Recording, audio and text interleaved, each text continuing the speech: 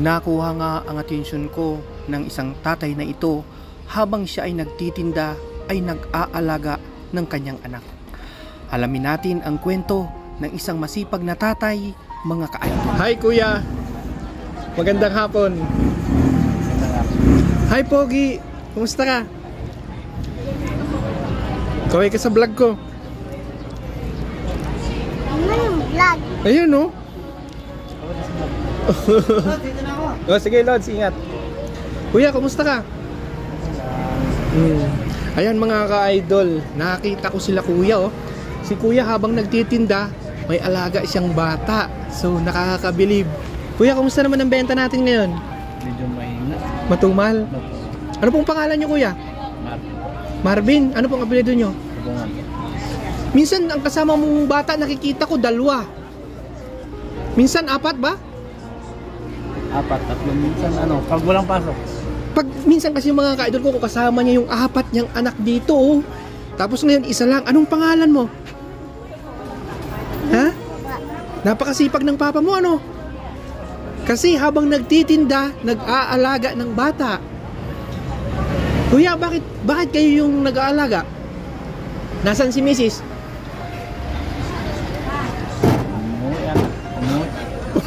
Umuwi na? Iniwan na? Iniwan na? Oh, grabe. Ayan mga ka-idol ko yung paninda ni kuya. Alam nyo, saludo ako sa mga ganitong tatay kasi napakasipag mga ka-idol. While naghahanap buhay, nag-aalaga pa ng anak. Kasi minsan, tatlo yung anak niya, minsan nandun sa loob. So kuya, gaano mo na ba yan katagal na ginagawa yung pagtitinda ng siomai? Mag-anim na taon.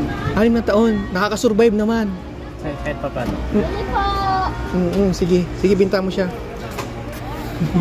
Napakasipag mga ka-idol ko ni Kuya Marvin kasi while nagtitinda siya, nag-aalaga siya ng bata. Minsan, dala-dala niya dito yung 3 bata, minsan 2 bata. Kapag walang pasok lahat, kasama niya yung 4. So, Kuya Marvin, hindi ka ba nahihirapan na habang nagtitinda ka, nag-aalaga ka ng mga anak mo? Hindi naman, parang sanay na ako. Nasanay ka na. Eh, gano'n na ba katagal lumisan si Mrs.? Bago pala, pauwi. Pabalik-balik lang. Napakangitiin mo ha. Magkano naman yung kinikita mo Kuya Marvin dito sa pag-ano mo? Depende, minsan 400 sa isang araw. Regular na yon. Regular na 400 ganyan. Minsan 300 lang may dito. Oh. Pero nakakayan man buhayin yung mga anak mo? 4. Kaya naman yan. Gano'n ba kahirap pagka yung walang mihis na nag-alaga sa mga anak? Paano yung gawain bahay? Wala. Ay, natin yung oras. Ikaw pa rin? Laba? Luto? Oh? Nakakahanga naman to si Kuya Marvin mga ka-idol kasi siya yung naghahanap buhay, siya yung nag-aalaga ng bata, siya yung naglalaba ng mga damit nila, uniform. Ikaw rin nagpa-plancha. Oh. Isang kahangangang padre di pamilya mga ka-idol ko tong si Kuya Marvin. Ilang taon na ba kayo Kuya Marvin? 36 na ngayon. 36, kaedad ko kayo. Ngayon. So, ngayon? So, birthday mo ngayon? Oh my God! Napaka-bless mo ngayon! Happy birthday! Oba, birthday ni Papa mo. Patiin mo si Papa. Ay, yun nga mga ka-idol. Oh, April 19. Happy birthday Kuya Marvin, 36. Magkaedad tayo. Yung lahat ng siomai mo na yan, magkano halaga niyan? Wala marami sa ilalim. Marami ha? Marami sa ilalim. Kilala mo ba ako? What a coincidence mga ka-idol ko na birthday ngayon ng isang masipag na ama. So dahil birthday niya ngayon, bibigyan natin siya ng gantimpala ngayon. Kuya Marvin, estimate mo, magkano lahat ng siomai mong dala dyan? Pag nabenta yan? Lahat pati yan sa baba? Oo.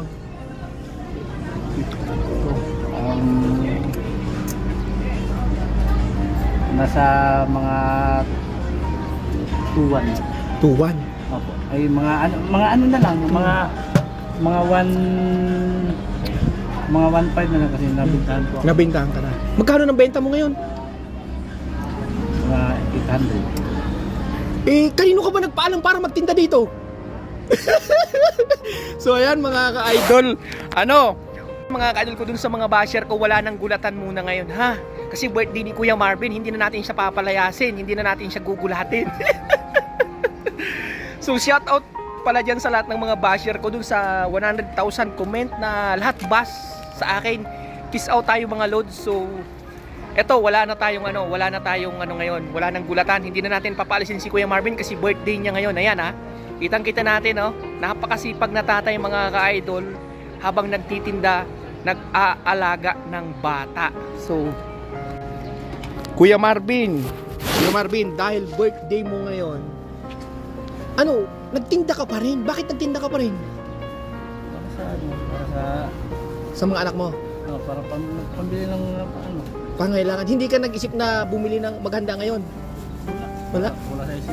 Wala sa isip? Bumili ako ng ay, kasi kanina mga ka-idol ko sinusubuan niya yung anak niya. So, Kuya Marvin, ganito, 'di ba? Birthday mo ngayon. Bibili ka mamaya ng cake pag uwi mo. Ay, papakain na lang. Wow, sa mga bata.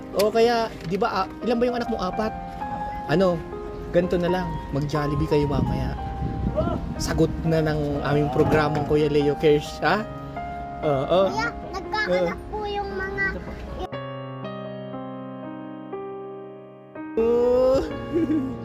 So eto Kuya Marvin, akin na yung palad mo dahil birthday mo ngayon. Oo. Eto Kuya Marvin ha. Yak mo na! 500. Tingnan mo. 1,000. 1,500. 2,000. 2,500. 3,000.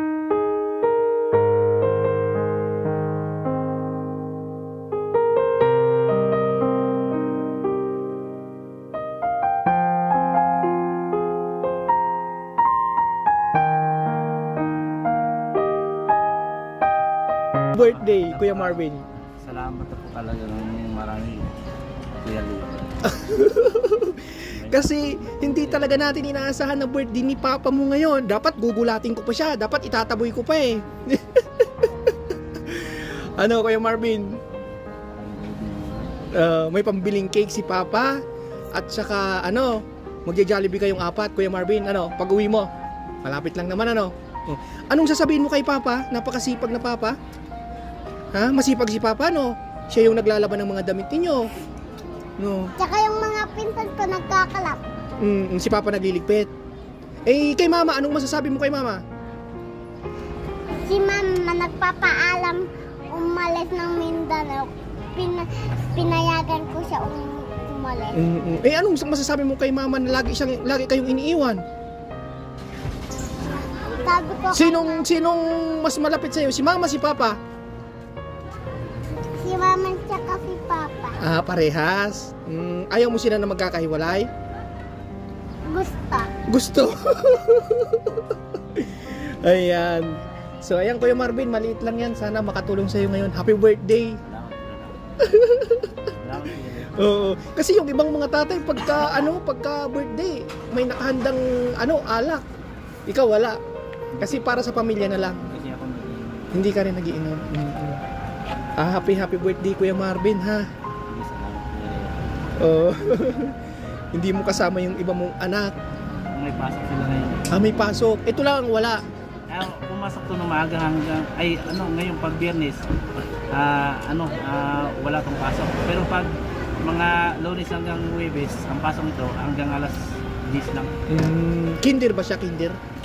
Daycare. Alas 8 hanggang alas 10. Tapos pag out nito, hangatid ko nung babae ko. Tapos pero pag wala silang pasok, kasama ko. Ibig sabihin Kuya Marvin, ang routine mo sa umaga, pagkagising mo, magre-ready ka na ng mga baon nila. Tapos hatid mo sila sa school. Tapos sundo mo na naman siya. Hindi, yung mga kapatid niya, service na kasi alas 4 ng labas noon eh.